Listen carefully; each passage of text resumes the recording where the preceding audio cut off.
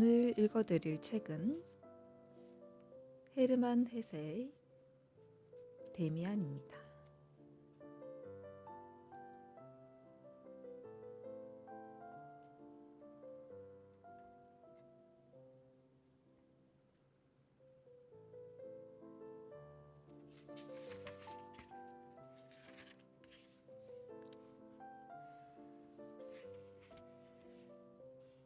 태어나는 것은 언제나 어려운 일이지요. 새도 알을 깨고 나오려면 온 힘을 다해 애써야 한다는 걸 당신도 잘 알잖아요. 돌이켜 생각해보고 자신에게 한번 물어보세요. 대체 그 길이 그렇게도 어려웠던가? 그저 어렵기만 했던가? 그러나 역시 아름답지 않았는가?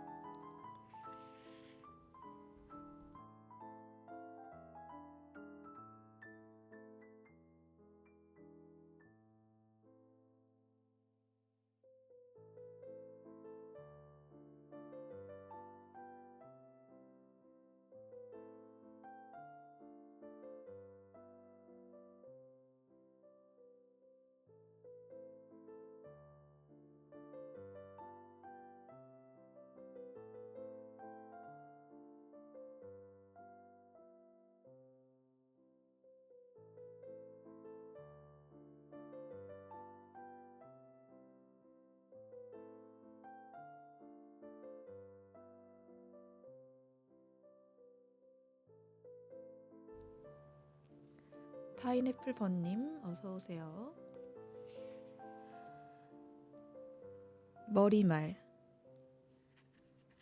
나의 이야기를 시작하자면 아주 먼 옛날로 거슬러 올라가야만 한다.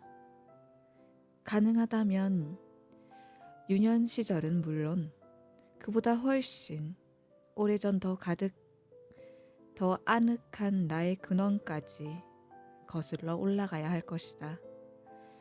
작가들은 흔히 소설을 쓸 때 마치 자신이 신이라도 된 듯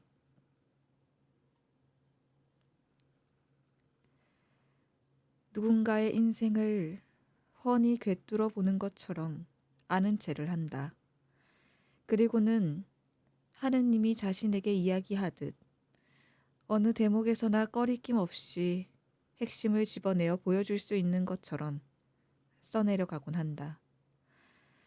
나는 그럴 수 없다. 작가들 역시 그래서는 안 된다. 비록 나에게 있어서 자신의 이야기가 다른 어떤 작가의 이야기보다 중요하겠지만 어떤 작가에게는 그의 이야기가 나의 무엇보다 더 중요할 것이다. 내 자신의 이야기이자 한 인간의 본질에 대한 이야기이기 때문이다.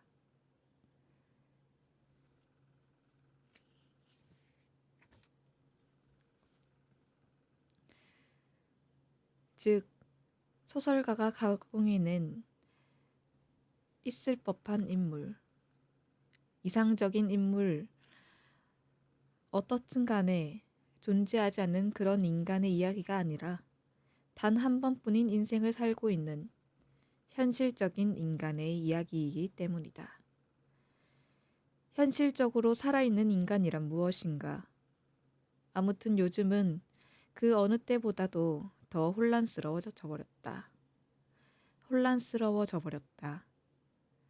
단 한 번의 삶에 대하여 너무나도 많은 사람들이 총에 맞은 듯 죽어가고 있다.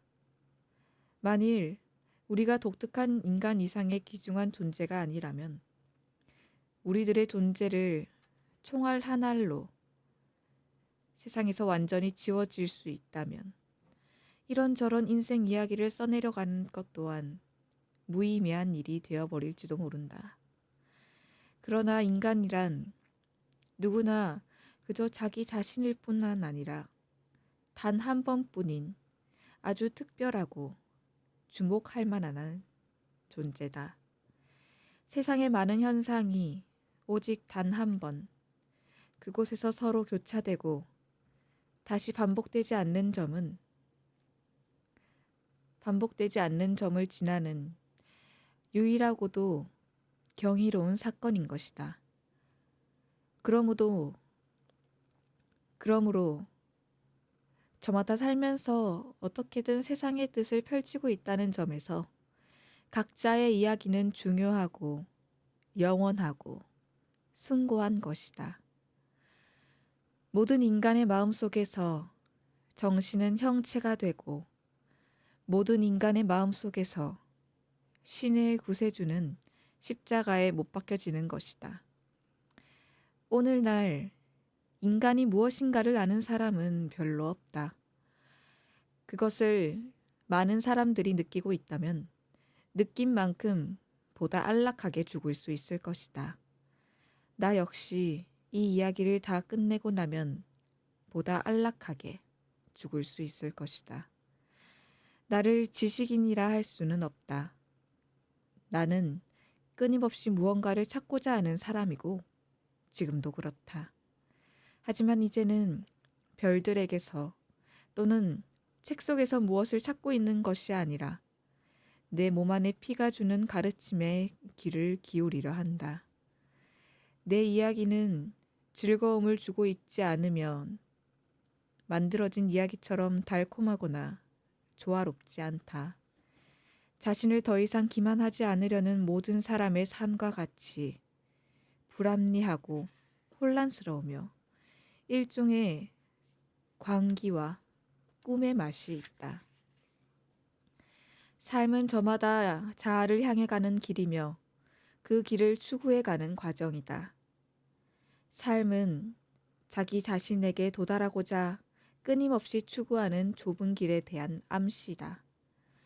일찍이 어느 누구도 완전히 자기 자신이 되어본 적이 없었음에도 누구나 자기 자신이 되려고 애쓴다. 어떤 이는 다소 서투르게, 어떤 이는 좀 더 투명하게, 자기의 힘이 닿는 만큼 최선의 노력을 한다. 누구나 출생의 잔재, 태고의 점액과 알 껍데기를 마지막까지 갖고 간다. 더러는 전혀 사람이 되지 못한 채 개구리나 도마뱀, 개미에 그쳐버린다. 또 더러는 머리는 사람이고 아래는 물고기인 사람도 있다. 하지만 이 모두가 인간이 되기를 바라는 자연의 주사위인 것이다. 모든 사람은 같은 협곡에서 나오고 같은 어머니와 같은 유래를 지니고 있다. 우리는 같은 시면에서 유래하는 것이다. 하지만 저마다의 시도를 통해 인간은 각자 자신의 운명을 향하여 노력한다. 우리는 서로를 이해할 수 있다. 허나 자신이 지닌 의미에 대해 해명은 오직 자기 자신에게 달려있을 뿐이다.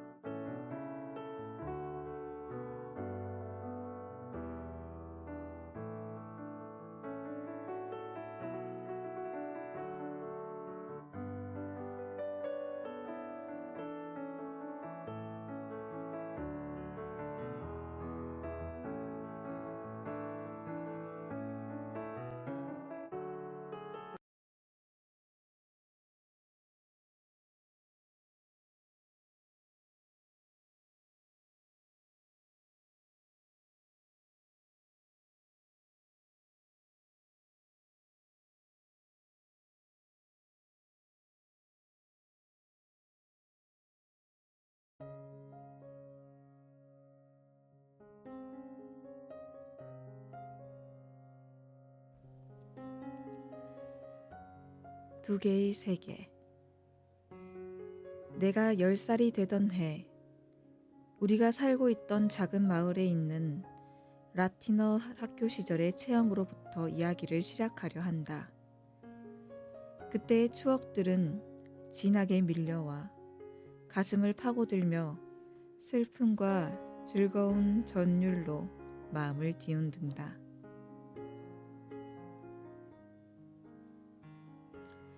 어두컴컴한 골목들과 환한 건물, 교회 탑들과 시계소리, 사람들의 얼굴과 아늑하고 따뜻한 방, 비밀에 둘러싸여 유령이 나올 것 같은 공포로 가득한 방들, 따뜻하고 비좁은 방과 토끼와 하녀들의 냄새, 집에서 약 다리는 냄새와 말린 과일 향이 풍겨왔다. 밤과 낮, 두 세계의 양쪽 끝으로부터 흘러나오는 두 곳엔 두 세계가 얽혀 있었다. 한 세계는 아버지의 집이었다. 그러나 이 세계는 비좁아서 안에는 부모님밖에는 살지 않았다. 이 영역의 대부분은 내가 너무나 잘 알고 있는 것이었다. 그것은 아버지와 어머니의 사랑과 엄격함, 모범, 교육이라고 할 수 있는 세계였다. 이 세계 속에는 부드러운 빛, 명확함과 깨끗함, 그리고 다정하고 따뜻한 예절들이 깃들어 있었다. 아침에는 찬송가가 불려졌고 크리스마스를 축하했다. 이 세계에는 곧바로 미래로 통하는 고든 길이 있었고 의무와 책임, 양심의 가책과 고해, 용서와 선한 목적들, 사랑 그리고 존경, 성경 말씀과 지혜가 있었다. 인생이 맑고 명확하게 인생이 맑고 명확하고 아름답게 정돈되어 있으려면 사람들은 이 세계의 편이 되어야만 했다. 그러나 또 하나의 다른 세계가 이미 우리 집 한가운데에서 시작되고 있었는데 그것은 완전히 다른 세계였다. 냄새도 달랐고 말투도 달랐으며 기대와 요구 또한 달랐다. 이 두 번째 세계에는 하녀라든가 직공들이 속해 있었으며 유령 이야기와 추한 소문이 있었다. 그곳에는 섬뜩하고 요사스럽고 끔찍한 수수께끼 같은 일들이 넘쳤고 도살장과 감옥, 주정뱅이들과 고함치는 여자들, 새끼 낳는 암소와 쓰러진 말들, 강도와 살인, 자살 같은 일들이 일어났다. 이런 흥미롭고도 무서운, 거칠고 잔인한 모든 일이 바로 내 주위에서, 옆 골목에서, 이웃집에서 일어나고 있었다. 경찰과 불량배들이 쫓고 쫓기며 거리를 휩쓸고 주정뱅이들은 아내를 두들겨 팼고 저녁이면 젊은 여자들이 공장에서 쏟아져 나왔다. 늙은 여인들은 주술을 걸어 누군가를 병들게 할 수 있었고 숲에는 도둑들이 살았고 방화범이 경찰에게 잡히기도 했다. 이처럼 또 하나의 격렬한 세계가 넘쳐나고 악취를 풍겼다. 그러나 아버지와 어머니가 계시는 우리 집만은 제외되었다. 그것은 참으로 다행이고 황홀한 일이었다. 우리 집의 평화와 질서, 안정, 그리고 의무와 책임, 용서와 사랑이 함께 있다는 것은 놀라운 일이었다. 그런가 하면 또 다른 한편이 있다는 것도 꽤나 멋진 일이었다. 여러 가지 일들, 소란스럽고 요란한 것, 어둡고 폭력적인 것이 가득한 곳에서 한 걸음에 어머니의 품으로 도망칠 수 있었으니까.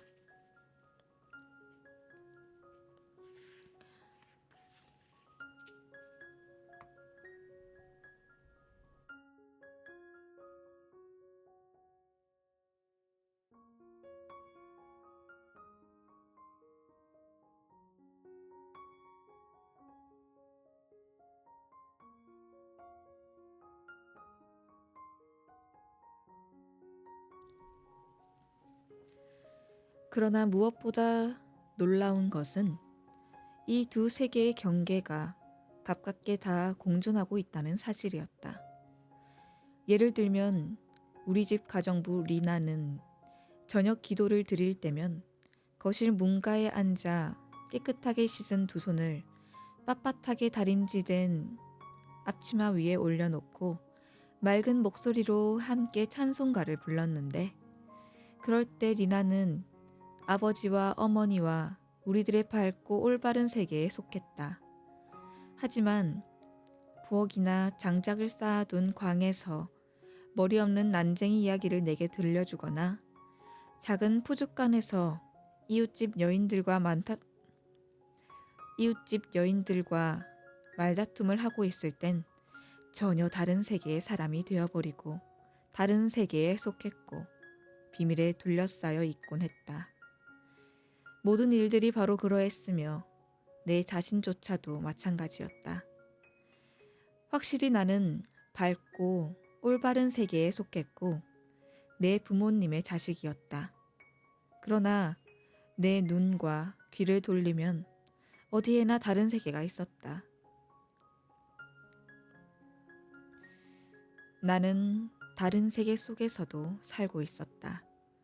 비록 그런 것들이 내게 낯설고 무서운 일들이라 해도 때로는 그곳에서 양심의 가책과 불안함이 있었다 하더라도 내가 한동안 가장 살고 싶어 한 곳은 금지된 세계였다.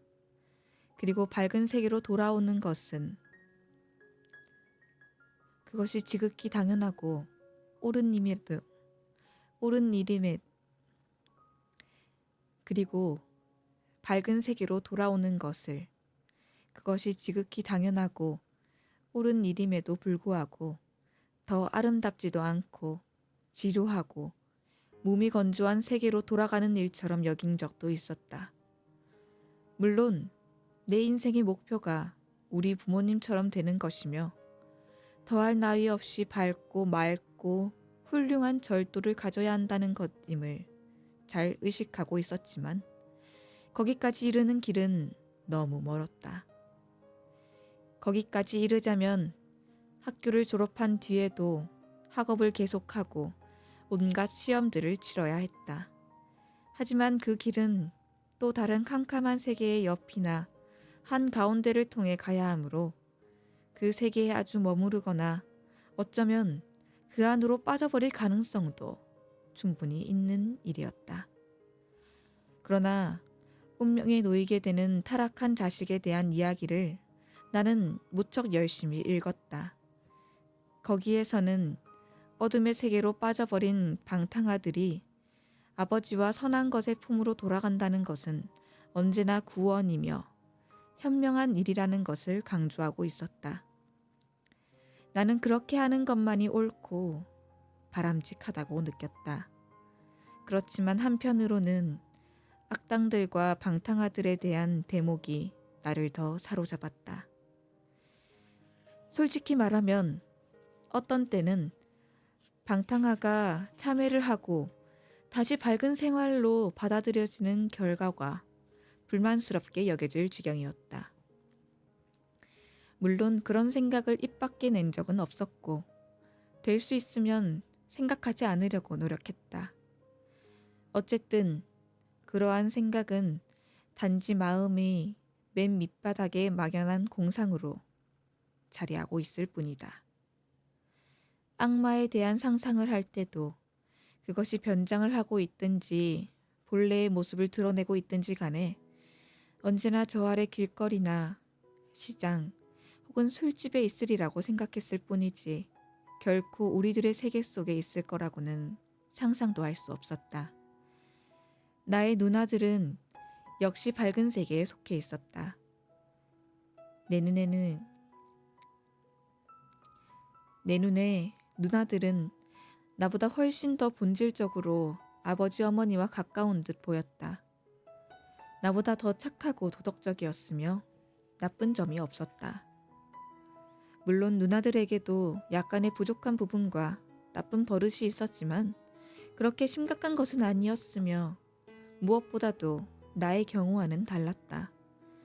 나의 경우 악마와의 접촉은 몹시 괴롭고 곤혹스러운 것이었으며 어두운 세계가 훨씬 더 밀접하게 느껴졌다.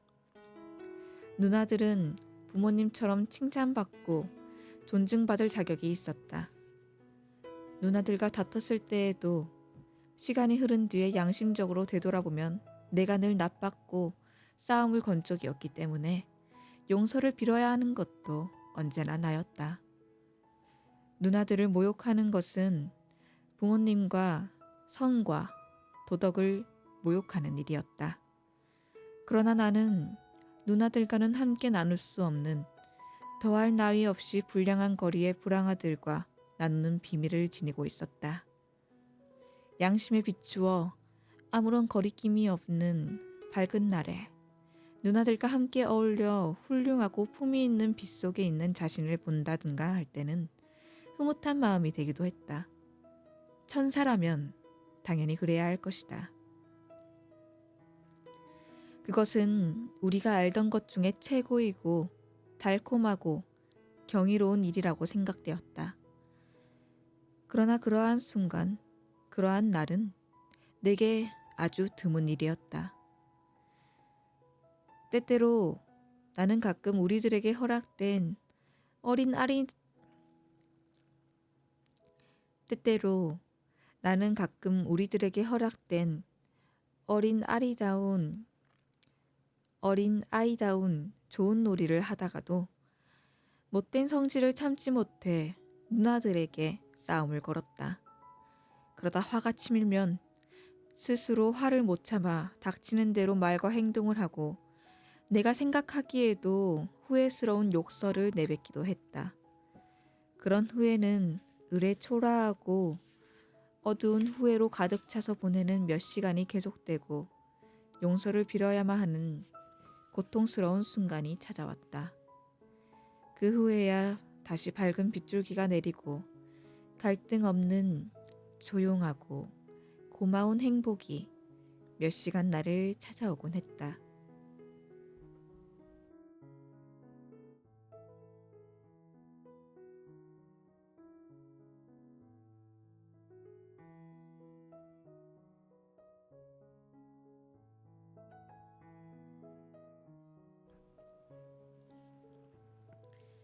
나는 라틴어 학교에 다녔다. 우리 반에는 시장의 아들과 살림꾼의 아들이 있었는데 가끔 우리 집에 놀러 오곤 했다.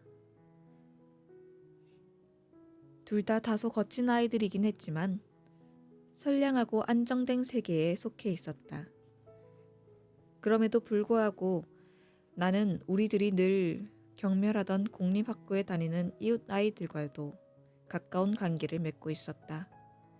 이제 그들 중 한 명에 관한 이야기를 시작하고자 한다.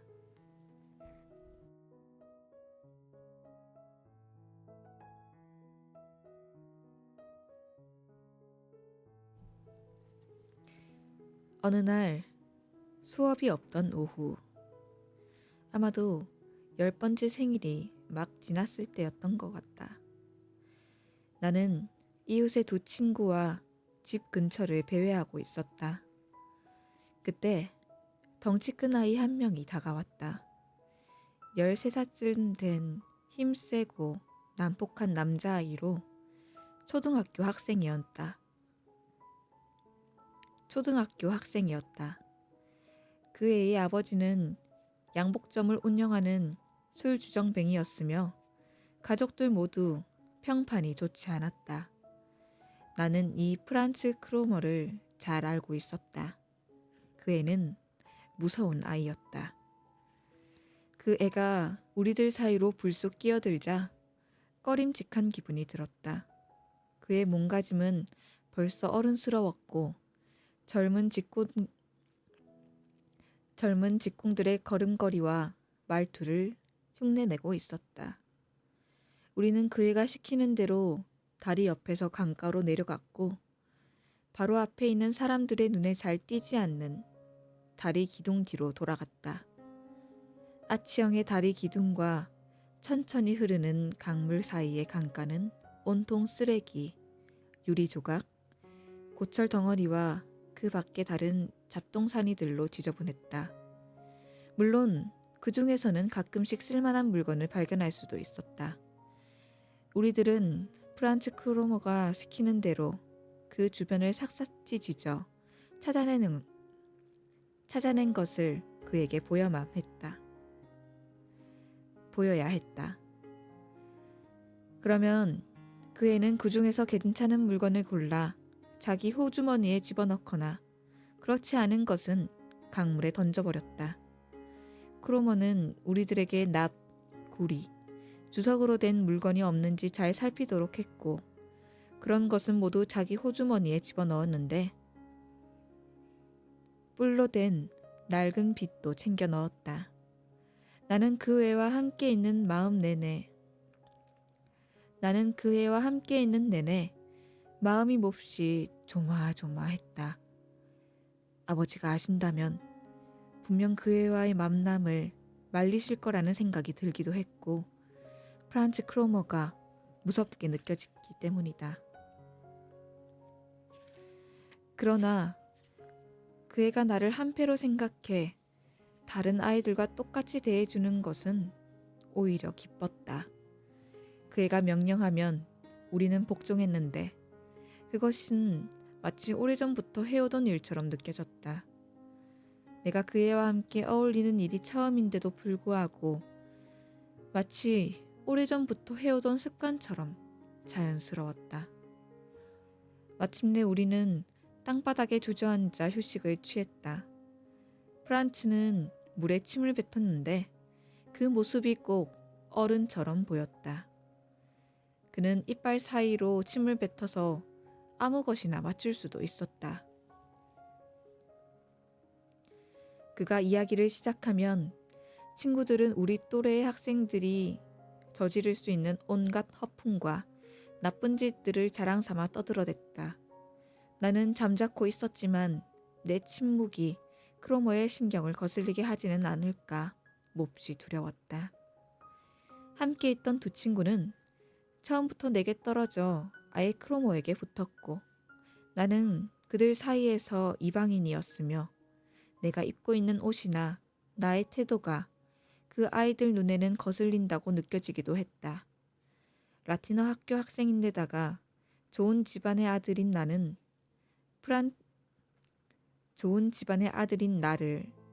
프란츠 크로머가 좋아할 리 없었다.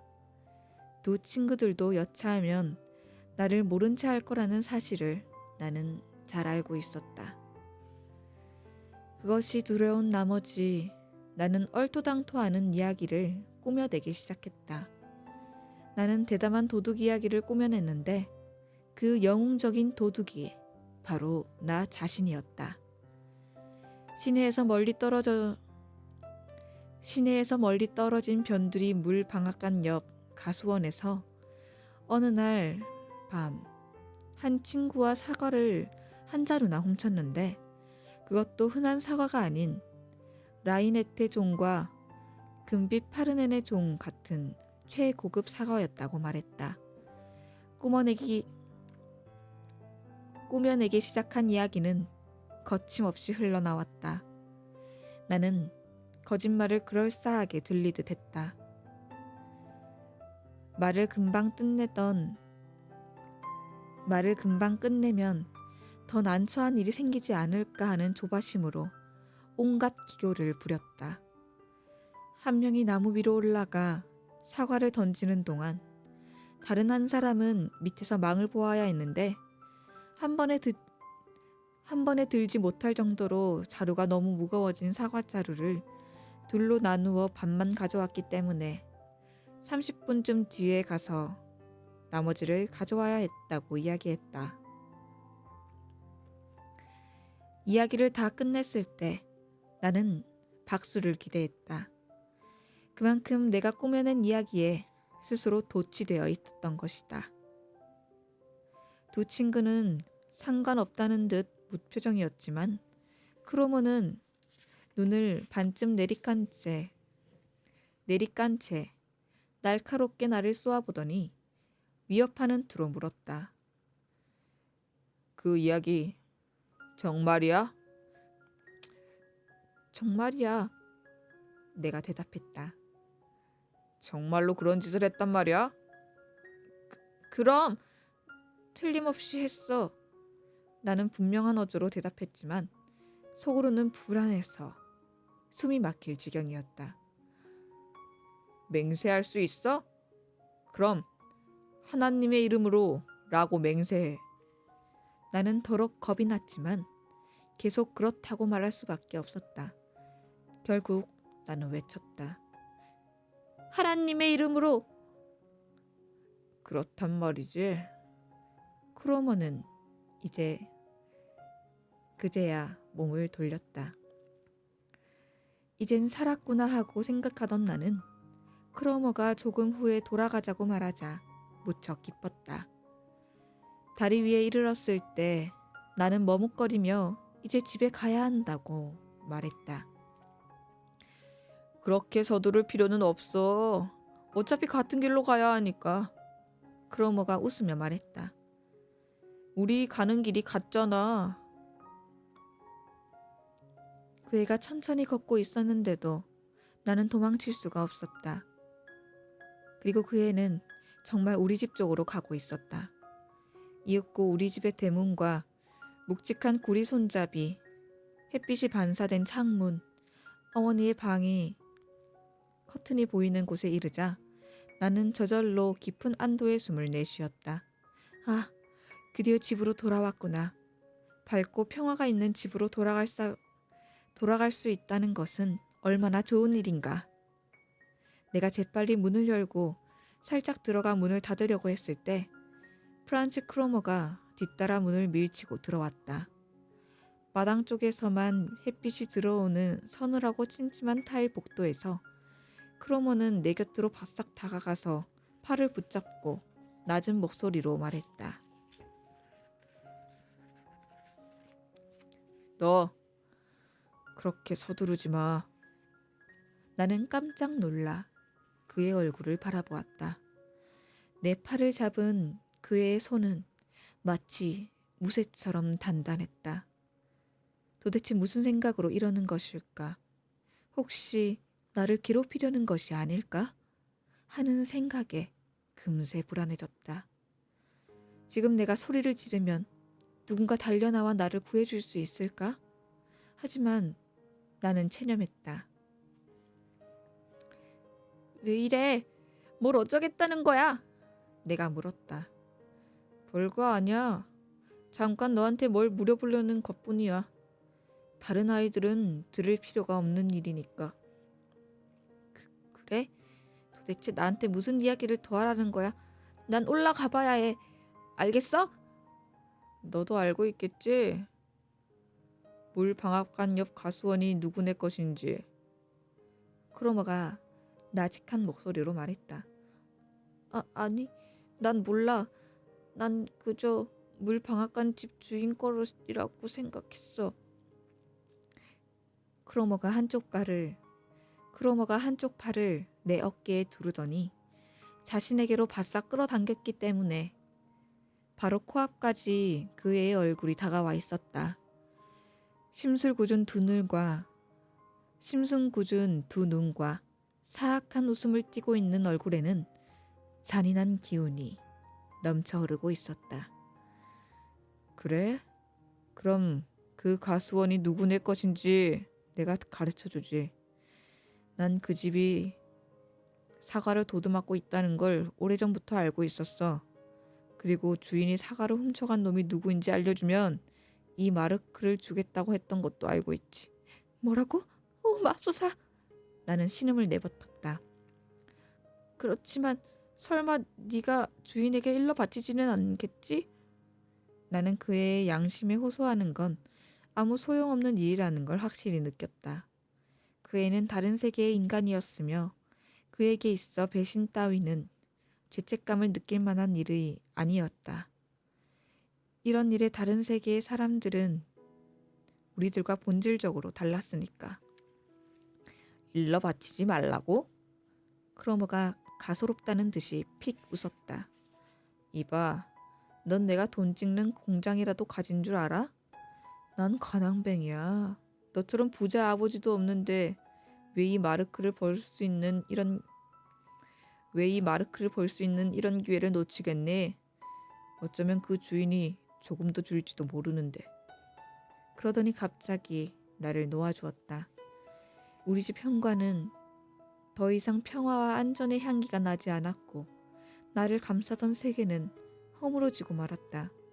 그 주인은 내가 도둑놈이라고 고발하겠지? 아버지께도 말할 테고 어쩌면 경찰이 날 잡으러 올지도 모르는 일이었다. 모든 혼돈과 공포가 나를 위협해왔다. 세상에 존재하는 여러 가지 위험이 나에게 맞서고 있었다. 내가 도둑질을 하지 않았다는 건 전혀 문제가 되지 않은 일이었다. 나는 맹세까지 하지 않았던가? 아, 이럴 수가. 순간 눈물이 솟아나왔다.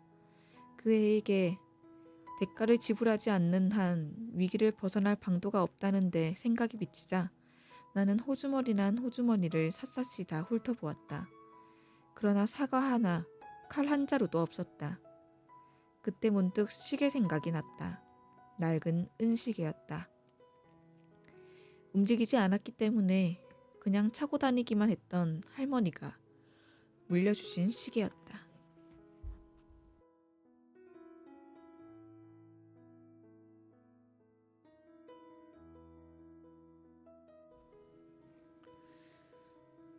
나는 재빨리 시계를 꺼냈다. 크로머, 제발 나를 이르지 말아줘. 그래서 내게 좋을 게 뭐가 있겠니? 내가 이 시계를 줄게. 자, 받아. 난 정말 가진 게 없어서 그래. 이 시계를 가져. 은으로 만들어진 거야. 내부 자동치도 고급이야. 물론 좀 고쳐야 되긴 하지만. 나는 말했다. 그 애는 웃으며 큰 손으로 시계를 받아 쥐었다. 그 손을 보며 나는 그 애의 손이 얼마나 나에게 폭력적이며 얼마나 깊은 적개심을 갖고 있는지 내 삶과 평화를 파괴하려는지 절실히 느낄 수 있었다. 그건 은으로 만든 거야.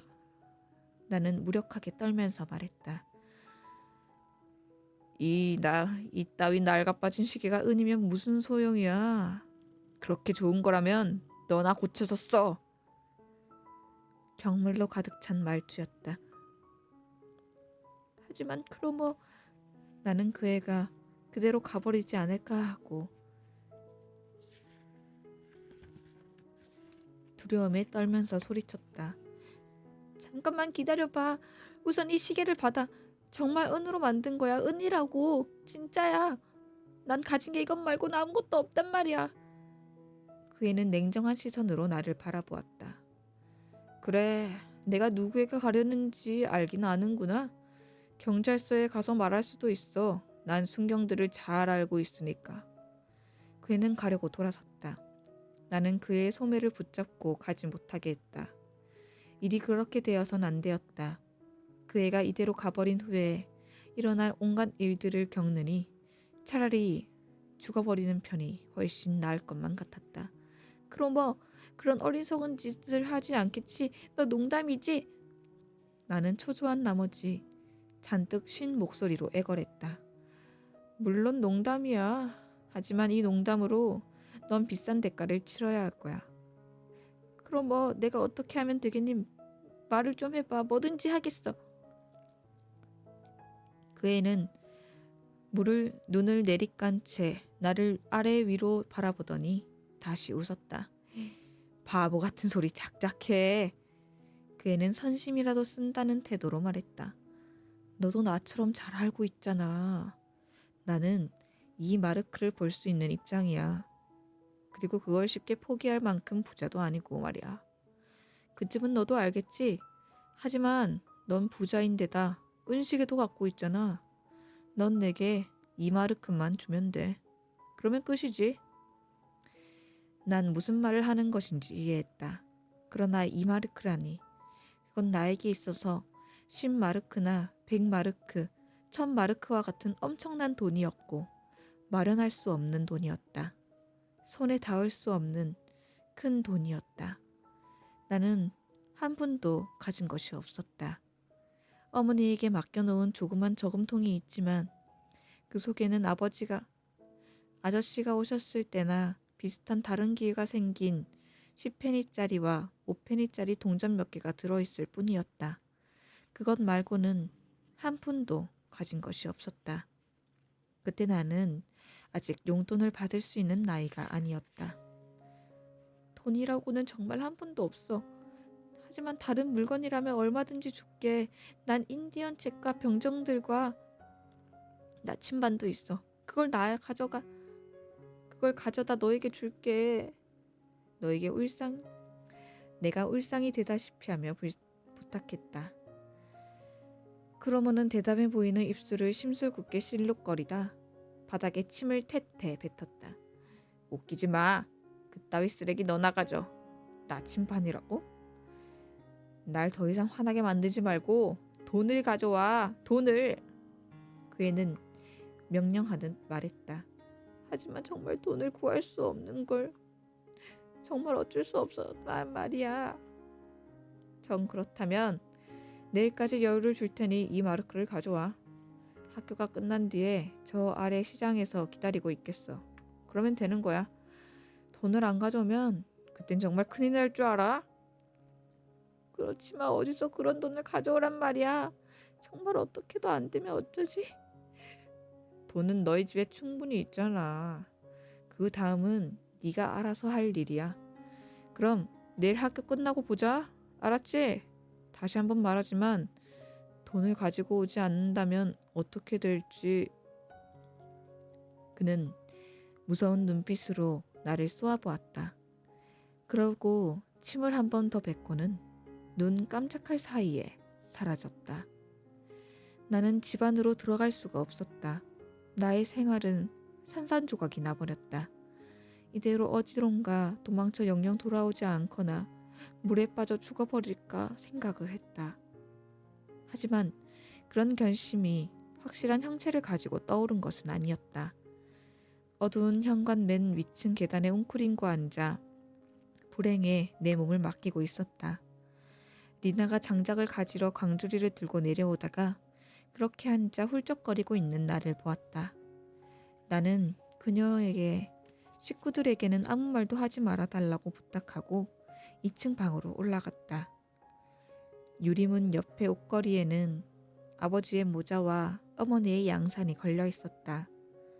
이런 물건들을 보니 우리 집 분위기와 애정이 나에게 밀려들었고 내 마음은 세상 모든 것에서 버림받은 방탕아가 그리워하던 고향집의 방을 보고 그 향기를 다시 맡았을 때 그러하듯 애틋함과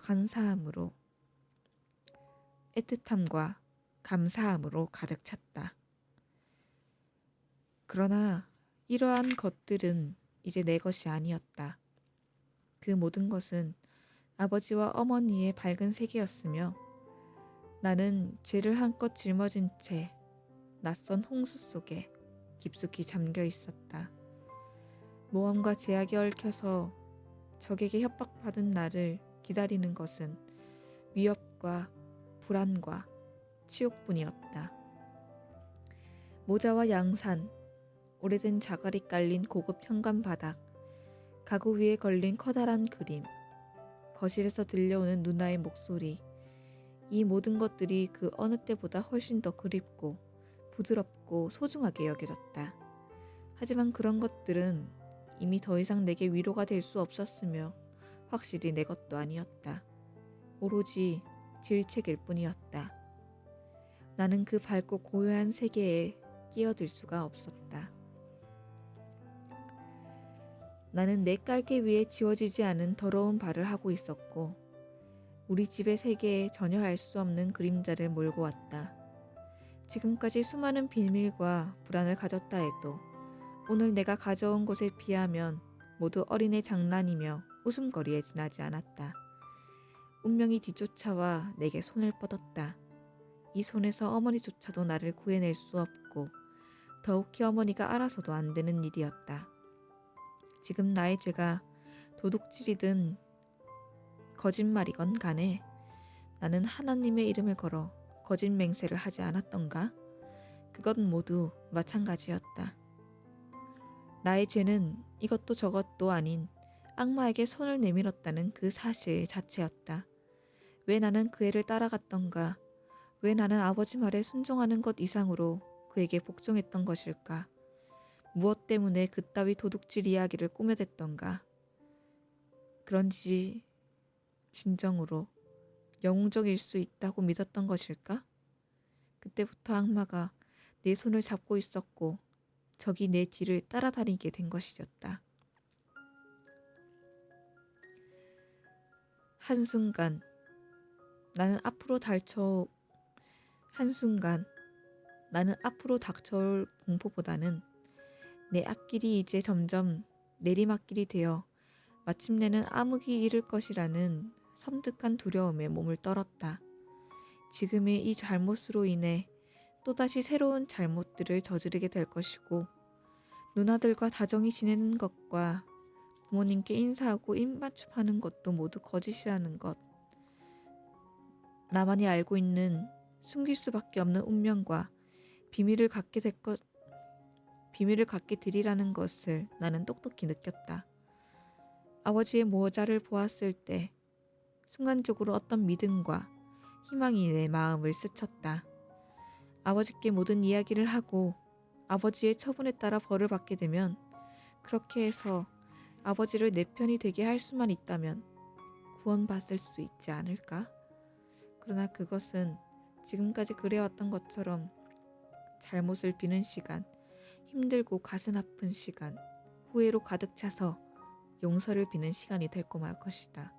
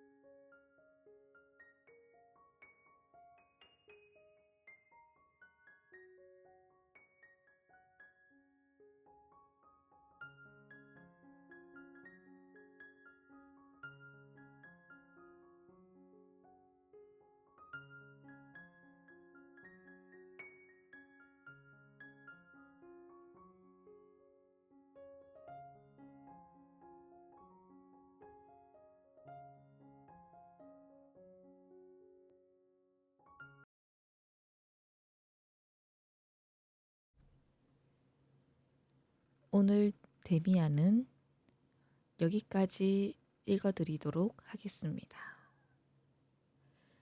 들어주셔서 감사합니다.